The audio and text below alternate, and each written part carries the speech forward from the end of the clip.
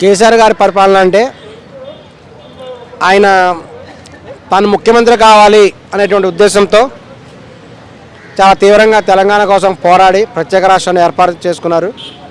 తర్వాత కూడా ఈ యొక్క ప్రత్యేక రాష్ట్రం ఏర్పడింది, ఆయన ముఖ్యమంత్రి అయ్యారు. కానీ జాగ్రత్తగా కూడా గమనించినట్లయితే ఆంధ్ర తెలంగాణ అనేది డివైడ్ అవ్వడానికి కారణం ఏంటంటే విశాలమైన ఆంధ్రప్రదేశ్ ఉన్నప్పుడు ఎక్కువ ఎంపీ సీట్లు ఉన్నాయి కాబట్టి ఈ రాష్ట్రాలు డామినేట్ చేస్తున్నాయనే ఉద్దేశంతో వీళ్ళని చిన్న రాష్ట్రాలు ఏర్పాటు చేస్తే తక్కువ ఎంపీ సీట్లు ఉంటాయి, తద్వారా వీళ్ళ మీద కేంద్రం అధికారం చెలాయించిన ఉద్దేశంతో ఈ విధంగా రాష్ట్రం ఏర్పాటు చేశారు.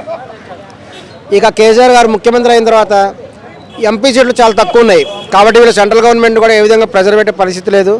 కానీ ఆయన ఏంటంటే ముఖ్యమంత్రి అయ్యి ఈ యొక్క కాళేశ్వరం వంటి కొన్ని ప్రాజెక్టులు కూడా కట్టి వాటి ద్వారా కూడా విపరీతమైనటువంటి అవినీతి చేసి డబ్బు సంపాదించారని కూడా అంటారు, అవినీతి జరిగిందని కూడా అంటున్నారు.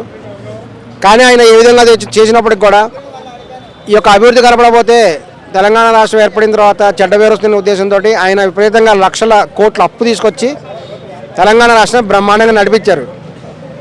కానీ 2 సార్లు కూడా చూసినట్టు 2 తవ్వాలు ఆయన ఎలక్ట్ అవ్వడం జరిగింది. కానీ మొత్తం వాళ్ళ కుటుంబ పాలన జరిగింది అనేటువంటి ఆరోపణలు కూడా ఆయన మీద ఉన్నాయి. ఆయన ఎటువంటి మొహమాటం కూడా లేకుండా వాళ్ళ కొడుకు పదవి, కూతురికి పదవి, అల్లుడికి పదవి, వాళ్ళ కుటుంబ సభ్యులందరికీ కూడా పదవులు ఇచ్చుకోవడం జరిగింది.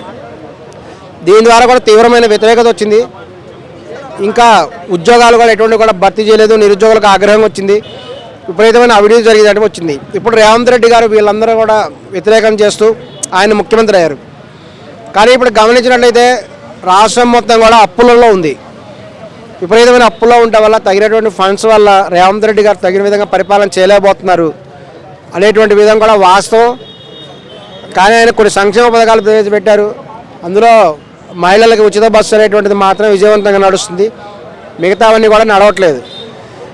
ఏదేమైనా గమనించినట్లయితే రేవంత్ రెడ్డి గారు కేసీఆర్ స్థాయిలో పరిపాలన చేయట్లేదు అనేటువంటి ఇప్పుడు మీరే అన్నారు కదా సార్, ఇప్పుడు కేసీఆర్ గారు చేసిన అప్పులన్నీ రాష్ట్రానికి చాలా అప్పులు ఉన్నాయి కాబట్టి రేవంత్ రెడ్డి గారు తీర్చడం వల్ల ఇంకా చేయలేకపోతున్నారని ఇప్పుడే అన్నారు.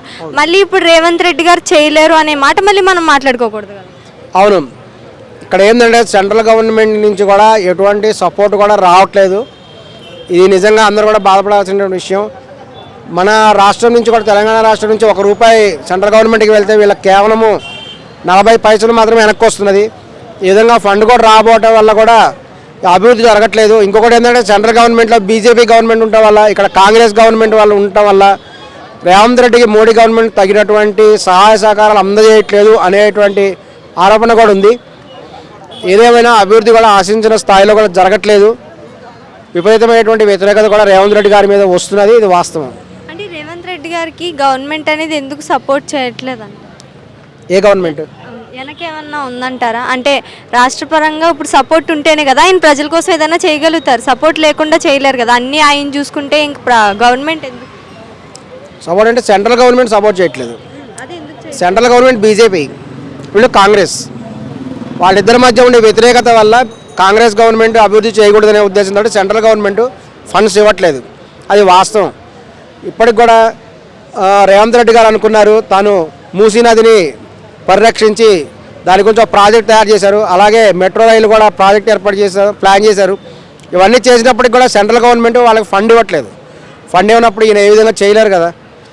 అందువల్ల ఈయన సెంట్రల్ గవర్నమెంట్ నుంచి ఏదో రకంగా ఫండ్స్ తీసుకురావాలి, అభివృద్ధి చేయాలని కూడా ప్రజలు కోరుకుంటున్నారు. అయితే ఏమంటారు, ఇప్పుడు కేసీఆర్ గారు చేసినంత రేవంత్ రెడ్డి గారు చేయలేరంటారా, చేయగలుగుతారంటారా? కేసీఆర్ గారికి రేవంత్ రెడ్డి గారికి చాలా డిఫరెన్స్ ఉంది. కేసీఆర్ గారు ఏంటంటే దాదాపు 40 సంవత్సరాల నుంచి రాజకీయ రంగంలో ఉండటం వల్ల అత్యంత అనుభవజ్ఞుడైనటువంటి రాజకీయవేత్త ఆయన అనేక దఫాలు ఇప్పటివరకు కూడా ఆయన గమనించినట్టయితే ఆయన మొదటి నుంచి కూడా ఏదో ఒక్కసారి తప్ప ఎప్పుడు కూడా ఓడిపోయిన సందర్భమే లేదు. మొదటి నుంచి కూడా అన్ని రంగాలు ఆయన విజయం సాధిస్తూ వచ్చినటువంటి రాజకీయవేత్త కేసీఆర్ గారు. ఆయన ఇదే తెలుగుదేశం పార్టీలో ఉన్నారు, ఇంకా అనేక పార్టీల యొక్క అనుభవంతో ఆయన తాను ఉన్నటువంటి తెలివితేటల ద్వారా కూడా ఆయన చాలా చాకచక్యంగా కూడా సెంట్రల్ గవర్నమెంట్ నుంచి కూడా వాళ్ళతో మాట్లాడి ఫండ్ తెచ్చుకోగలిగారు. కానీ రేవంత్ రెడ్డి గారికి ఆ స్థాయి లేదు కాబట్టి ఈయన సెంట్రల్ గవర్నమెంట్ నుంచి కూడా ఫండ్స్ తీసుకోలేకపోతున్నారు అని కూడా భావిస్తున్నాం. కానీ సెంట్రల్ గవర్నమెంట్ ఫండ్స్ రావట్లేదంటే కేసీఆర్ గారు ఉండి అన్ని అప్పులు చేసిన వల్ల రావట్లేదు. సో ఆయనది కదా సార్ తప్పు అనేది. ఇప్పుడు రేవంత్ రెడ్డి గారు దానికి ఏం చేస్తారు, ఇప్పుడు ఈయన మాట్లాడుకుని తెచ్చుకోగలుగుతారంటారా? లాస్ట్కి తేవాలి. దాంతోపాటు కూడా రాష్ట్రం యొక్క అభివృద్ధి కూడా ఆయన ఎంతో కృషి చేయాలి.